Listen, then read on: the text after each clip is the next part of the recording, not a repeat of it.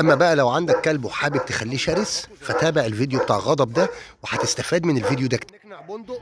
ولو عايز تعلم كلبك محدش يحط ايده عليه حتى لو انت مش موجود يبقى الفيديو بتاع بندق ده هيعجبك.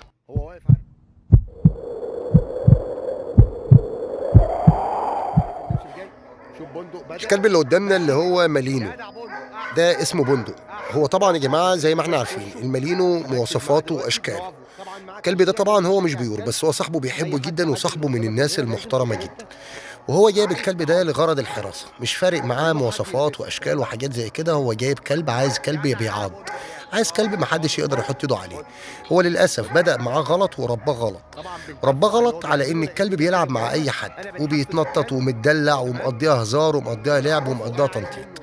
طبعا لما الكلب بيجي لنا المزرعه بنحاول نوصل للكلب رساله ان لازم تكون واثق من نفسك، لازم ما تثقش في اي مخلوق يعدي من قدامك. هنا انا كل اللي بنقدر عليه ان احنا بنكونوا فردين او ثلاثه بنشتغل مع الكلب، فمش هنجيب ناس من الشارع عشان تحارب الكلب وتشغله، بس بنقدر بقدر الامكان وبقدر اللي انا بنقدر نعمله مع الكلب هو اننا بنقنعه لازم تثق في نفسك ولازم تحبني وتكره اي حد بيحط ايده عليك او بيلمسك غيري. فمن هنا بنبدأ نرسم للكلب صورة في خياله إن هو شرس، إن هو قوي، ونبدأ نعرفه إن أي حد ممكن يقرب منك ممكن يأذيك، فلازم تكون شخصيتك قوية، لازم تكون قد الهجوم، لازم تدافع عن نفسك، تدافع عن مكانك. العدو الوحيد عندنا في المزرعة هنا اللي بنعود الكلاب عليه إن هو عدو هو يوسف. طبعا يوسف بناء عن خبرته وأنا معلمه بقاله زمن وبقاله فترة من صغره، فاهم بيعمل إيه مع الكلب. حاجات صغيرة كده بسيطة، مش ضرب ولا إهانة ولا كلام زي كده، بتبقى حاجات بسيطة صغيرة بس بيقدر إن يخلي الكلب يكون مستفز، بيستفزه وبيقف قدام الكلب زي ما احنا شايفين. بنوصل للكلب رسالة. الموضوع بناخده من طراطيف الأصابع، يعني من البداية خالص ما بنستعجلش، بناخد الموضوع من البداية. مرة في مرة بيلبس الكلب الكمامة، بعد كده بالقماش، بعد كده بالدراع، واحدة واحدة كده لحد ما نوصل بالكلب لصورة كويسة. احنا بنربط الكلب وانا هنا بنحاول نشجعه وبنقول له برافو شاطر شاطر شاطر عشان الكلب يبدأ يهاجم ويبدأ ما يثقش في يوسف وهو معدي من قدامه. بنوصل فكرة للكلب كمان ان حتى يوسف لو ما حاربكش فلازم انت تكون مجهز نفسك ولازم انت تكون مقوي دماغك على كده.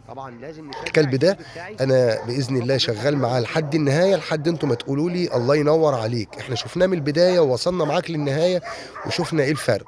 ولو حد عنده كلب ومش قادر ان هو يوديه يتدرب عند حد فممكن تعمل زينا واحده واحده كده، باذن الله هيجيب معاك نتيجه كويسه لو مشيت على نفس المبادئ اللي احنا بنمشي عليها.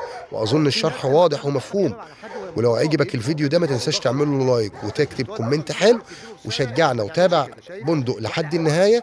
هتستفاد صدقني وهتقدر تدرب كلبك بنفسك بدون أي حد ما يساعدك. أما غضب بقى هو اسمه غضب بس الاسم مش لايق عليه، لأن هو الكلب ده حبوب جدا وطيب جدا جدا، يعني ما عندوش وش الغضب خالص.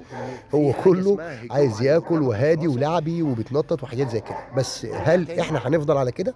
بإذن الله لا، لأن الكلب اللي بيجي عندنا لازم نغيره، وشغلتنا ان احنا نغير شخصية الكلب. احنا بناخد الكلب زي المراية، ما يعرفش اي حاجة عن اي حاجة. بنبدأ ان احنا نشتغل معاه، بنبدأ نقنعه ان هو يكون شرس، بنبدأ نقنعه انه يدافع عن نفسه. غضب جاي عندنا من مركز كفر الدوار محافظة البحيرة، جاي يتعلم تدريب الشراسة بس. طبعا لما بيجي صاحب الكلب يقول لي انا عايز ندرب كلب شراسة، نعرف ان هو تعب معاه وغلب معاه كتير وما وصلش معاه النتيجة. هنا بقى بناخد الكلب وانا قلقان منه شويه. اول ما يقول لي شراسه بس ببقى قلقان من الكلب وعارف ايه اللي هيحصل معاه، بس بنبدا واحده واحده كده وبنمشي واحده واحده مع الكلب لحد ما يوصل معايا لمرحله كويسه. خلينا نتابع غضب في الفيديوهات اللي جايه ونشوف هل نظام شغلنا بيغير ولا الكلب ما بيتغيرش. غضب كلب جيرمان شيبرد اهو تمام. طبعا هو ما فيش اي عقاب ولا اي تخويف ولا اي حاجه، بس الفكره كلها ان احنا بنوصل للكلب ان انت تشتغل. الكلام اللي احنا شايفينه ده دي تعتبر الكورسات الاولى، البدايات، يعني احنا لسه ما وصلناش لنص المرحله ولا الحاجات دي كلها.